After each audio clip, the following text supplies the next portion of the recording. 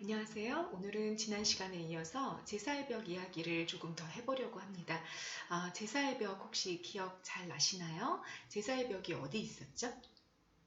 네, 그 무대와 관객석 사이에 보이지 않는 가상의 벽이 제사의 벽이라고 말씀드렸었던 거 기억하시나요?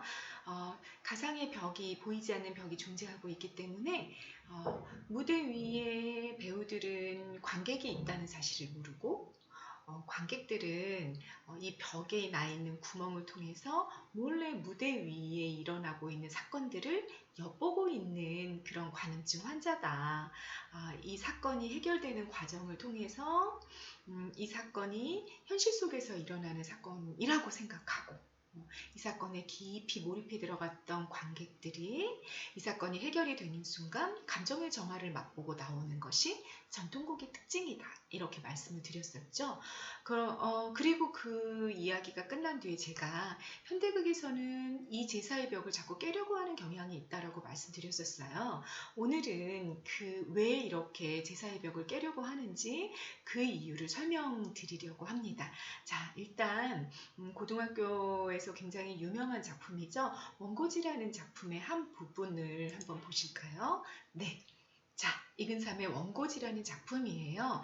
먼저 장남이라는 인물이 관객을 향해 이렇게 대사를 하고 있는 게 보이네요. 전 이 집 장남입니다.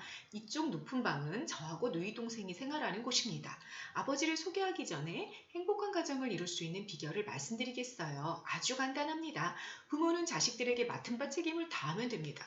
밥 새끼도 제대로 못 먹이고 학비도 제대로 못 주는 부모들이 아들, 딸이 결혼할 때가 되면 아주 귀찮게 간섭을 한단 말입니다. 우리는 이런 버릇을 버려야 합니다. 우리 집이 비교적 행복한 것도 우리 부모의 열렬한 책임감 때문이다. 자기 손목시계를 보며 지금이 저녁 7시 반이니 아마 아버지가 곧 돌아오실 겁니다. 아버지는 늘 쾌활한 얼굴에다 발걸음은 참새처럼 가볍지요. 하고 지시문이 나와요. 졸음이 오는 지루한 음악과 더불어 철문도어가 무겁게 열리며 교수 등장. 아래 위 양복이 원고지를 덧붙여 만든 것처럼 이것도 원고직한 투성이다. 손에는 큼직한 낡은 가방을 들고 있다. 허리에 쇠사슬을 두르고 있는데 허리를 돌고 남은 줄이 마루에 줄줄 끌려다닌다. 쇠사슬이 도어 밖까지 나가 있어 끝이 없다. 굉장히 상징적인 소품들을 활용하고 음악을 활용해서 이 장남이 얘기했던 쾌활한 얼굴에 참새처럼 발걸음이 가벼운 아버지를 묘사하고 있는 중인데요. 장남의 대사와는 달리 굉장히 지치고 피곤하고 책임감, 부담감에 그게 이제 줄이 상징하는 의미죠. 그런 책임감, 부담감에 질질질질 끌려가지고 아버지가 나타나는 장면이 그려지고 있어요. 이게 원고지라는 작품입니다. 자, 여러분들이 제사의 벽과 관련해서 주목해서 보셔야 할 것들이 나왔어요. 혹시 눈에 띄셨나요? 네, 여기 보시면 장남이 대사를 하는데 무대 위에 있는 다른 배우에게 대사를 하고 있는 게 아니라 관객을 향해서 이야기를 건네고 있다라는 얘기예요. 지난 시간에 여러분들에게 말씀드렸던 것처럼 무대와 관객석 사이에 제사의 벽이 존재하고 있고 이 제사의 벽은 보이지 않는 가상의 벽이지만 이 두 공간을 철저하게 분리하고 있기 때문에 무대 위의 배우들은 이 관객석 안에 사람들이 있다는 사실을 사실은 모른다라고 설정이 되어 있단 말이에요. 그런데 이 작품 같은 경우는 무대 위에 장남이라는 배우가 관객들에게 말을 건네고 있다라는 얘기예요. 자, 왜 그러고 있는 걸까요? 제사의 벽을 깨고 있는 중인 건데요. 자, 왜 그러고 있는 걸지 여러분 자 보실까요? 네. 제사의 벽을 깨는 가장 좋은 방법이 지금 여러분들이 원고지에서 보신 것처럼 무대 위의 배우가 관객에게 말의 화살을 휙 날리는 거예요. 말의 화살이 휙 날아가면서 보이지 않는 가상의 벽이 깨져나가죠. 그렇게 되면 여러분 전통극에서 제사의 벽이 가지고 있던 효과가 반대가 돼버리죠. 반대의 효과들이 나타나게 돼요. 관객들이 몰래 이렇게 엿보고 있었는데 갑자기 배우가 야, 너 거기 있지? 너 내 말 듣고 있는 중이지? 이렇게 말을 건네버리는 거예요. 몰입이 방해가 됐죠.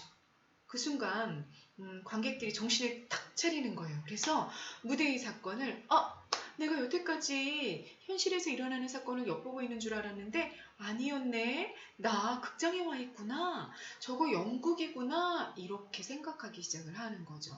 그때 생겨나는 것이 바로 객관적인 거리감이에요. 몰입이 방해됐기 때문에 연극을 연극으로 바라보기 시작을 하죠. 그렇게 객관적인 거리가 생겨났을 때의 효과가 바로 나를 들여다보고 사회를 바라보는 성찰적인 태도가 가능해지는 겁니다.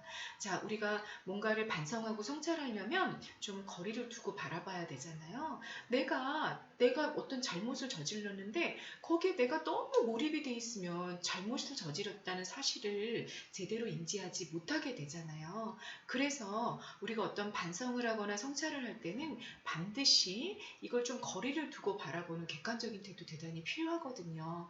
그걸 가능하게 해주는 것이 제사의 벽을 깨는 거예요. 그러면 앞에 이제 원고지로 한번 다시 돌아가 보실까요? 원고지로 다시 한번 돌아가 보시면요. 이런 거죠. 장남이 부모라는 건 자식들에게 맡은 바 책임을 다하면 된다. 맡은 바 책임만 다하면 그냥 그게 부모로서의 역할 끝. 더 이상은 자식들한테 간섭하면 안 된다. 막 이런 얘기를 한단 말이에요. 이거를 몰입해서 보는 게 아니라 거리를 두고 바라보게 되면 이런 생각이 가능해지는 거죠. 저 나쁜 어떻게 부모에게 저런 식의 생각을 가지고 있을 수가 있어. 정말 나쁜 자식이네.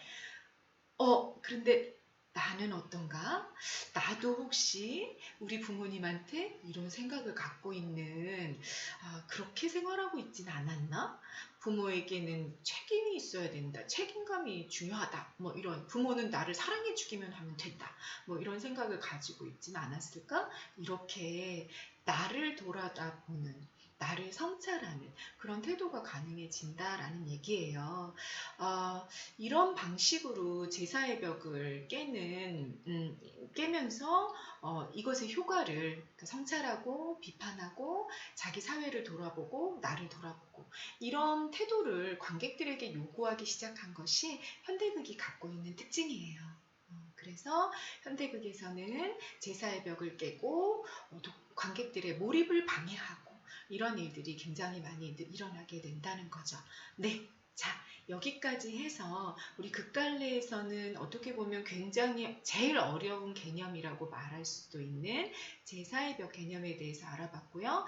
제사의 벽이 전통극에서 또 현대극에서 관객의 몰입도에 어떤 차이를 나타내는지 가져오는지 그리고 그 차이는 도대체 어떤 효과를 가지고 오는지까지 살펴봤습니다.